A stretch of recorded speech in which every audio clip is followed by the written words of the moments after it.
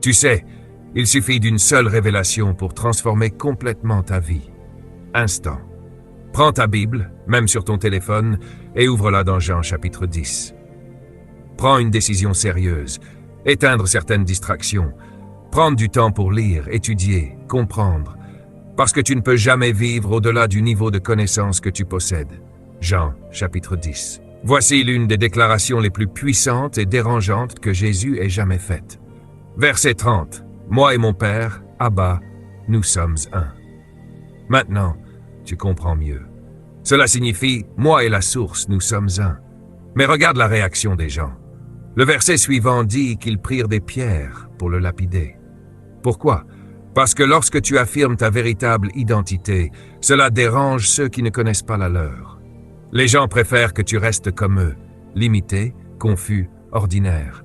Mais lorsque tu déclares « Je sais qui je suis comme mon Père, je porte sa nature », alors cela provoque un choc.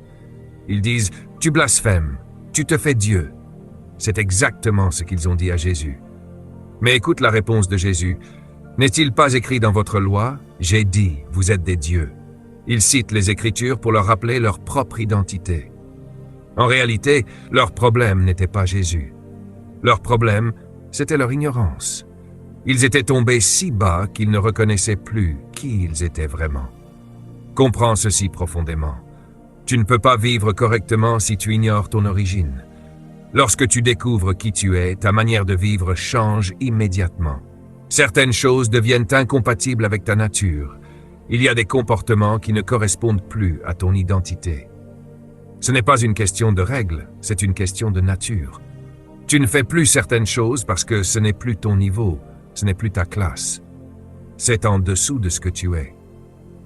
Maintenant, cela implique aussi ceci. Chaque personne que tu vois porte l'image de Dieu. Donc, tu dois honorer les autres. Si tu veux aimer Dieu, aime les personnes autour de toi. Si tu veux toucher Dieu, honore ceux qui portent son image. Tu ne peux pas dire « j'aime Dieu » et mépriser quelqu'un. Car cette personne vient de la même source que toi. C'est pourquoi le pardon est essentiel. Tu ne peux pas haïr, rejeter, mépriser, ignorer et prétendre être connecté à Dieu. Si cette révélation était comprise, le monde serait rempli d'amour. Maintenant, comprends ceci profondément.